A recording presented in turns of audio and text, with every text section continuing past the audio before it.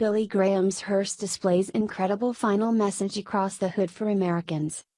Beloved evangelical leader Billy Graham was an extraordinarily influential and a well-loved evangelist pastor from North Carolina who passed away last week at the age of 99. Not only was he well liked by the ordinary person, his influence was so far-reaching and respected that he was considered as the counselor or minister to numerous United States presidents. Today, he was taken to the U.S. Capitol where he will lie as the only religious leader in our nation's history to be given the honor, as well as being only the fourth citizen to do so as well. As the black hearse carrying his body approached, people immediately noticed it wasn't an American flag his final ride was flying.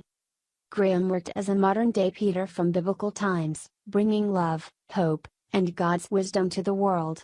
His void in this world will be felt for years to come, as his message he spent his life spreading is needed now more than ever. As his body passed through Washington, D.C. today, he spread a message in his passing with what was picked to fly from the hood of his hearse. The Daily Caller reports. The hearse carrying Billy Graham to the U.S. Capitol did not fly an American flag, it flew a flag far more appropriate for the honor of its journey. As the black hearse rolled to the front of the U.S. Capitol for Graham to lie in honor, 2 early 20th century Christian flags could be seen flying from its hood. The Christian flag represents the power and tenets of Christendom. The red Latin cross symbolizes the blood of Christ that was shed on the cross. The blue represents baptismal waters and the rebirth of one's soul. The white represents the purity of Jesus. Like the American flag, this Christian flag, dating back to the 1800s, also bears the same color scheme of red, white, and blue, which is not coincidental. According to Christian Today, this special flag is rooted in American history. Some may not appreciate that fact, especially those who consistently disregard that the United States was and still is a Christian nation. The Christian flag dates back to an impromptu speech given by Charles C. Overton, a Sunday school superintendent in New York, on September 26, 1897. The guest speaker for the Sunday school kickoff didn't show up, so Overton had to wing it. Spying an American flag near the podium, he started talking about flags and their symbolism. Along the way he proposed that Christians should have their own flag, an idea that stayed on his mind long after the speech. In 1907 Overton teamed up with Ralph Diffendorfer, secretary to the Methodist Young People's Missionary Movement, to produce and promote the flag, Christian Today explained. The colors on the flag, not surprisingly, match those on the American flag.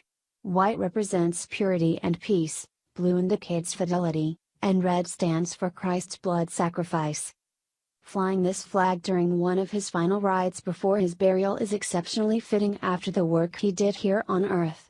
It's also a reminder of his message, the legacy he leaves behind, and that America is a Christian nation in need of love, forgiveness, and hope. Graham was taken to the U.S. Capitol in this special ride where thousands showed up to pay their respects but were stunned by who else was there. The Daily Caller reports. Each person entering the space room under the Capitol dome was treated to a private conversation with Graham's eldest son, Franklin. The younger Graham followed in his father's footsteps, and is a Christian evangelist and missionary. Franklin stood at the end of the room and shook the hand of every faithful person who entered. Mr. Graham told the Daily Caller, in between hugs and handshakes from beaming strangers, "He will stand here as long as I am able. These people stood outside for us and for my father," he continued. "I will stand here for them. We love them and so does God." Photo credit, Benny Johnson, Daily Caller.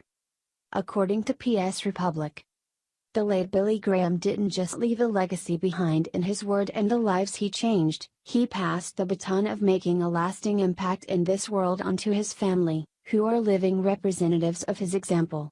This is incredible to know since the void of his absence from this earth will be filled by those he raised and taught by his example. Showing their dedication to appreciating people, was the Grahams going out of their way and beyond what anyone would expect of them, by personally meeting, greeting, and interacting with the thousands of visitors. These guests were undoubtedly blessed by their sincerity and genuine love and appreciation for their father, who they may have never had the chance to meet while he was alive, but were changed by him even still. Impressively, it was completely Franklin Graham's idea and desire to be able to greet everyone attending, much to a Senate brass staffer's surprise, according to the Daily Caller. It was a total surprise. No one has ever done this before. It is really special, the staffer told the news outlet. Many members of the Graham extended family were also in attendance. At the time of this report, Franklin and his 3 sons were still shaking the hands of the hundreds faithful filing through the rotunda, Daily Caller added. Billy Graham didn't just leave the world a better place by changing people's lives and spreading an important message like nobody has in our nation's history before. He left the world his incredible family to carry on his important work. He died at a time when America needed him most, but not without an army of physical angels, blessed by his example, to pick up and carry on where he left off.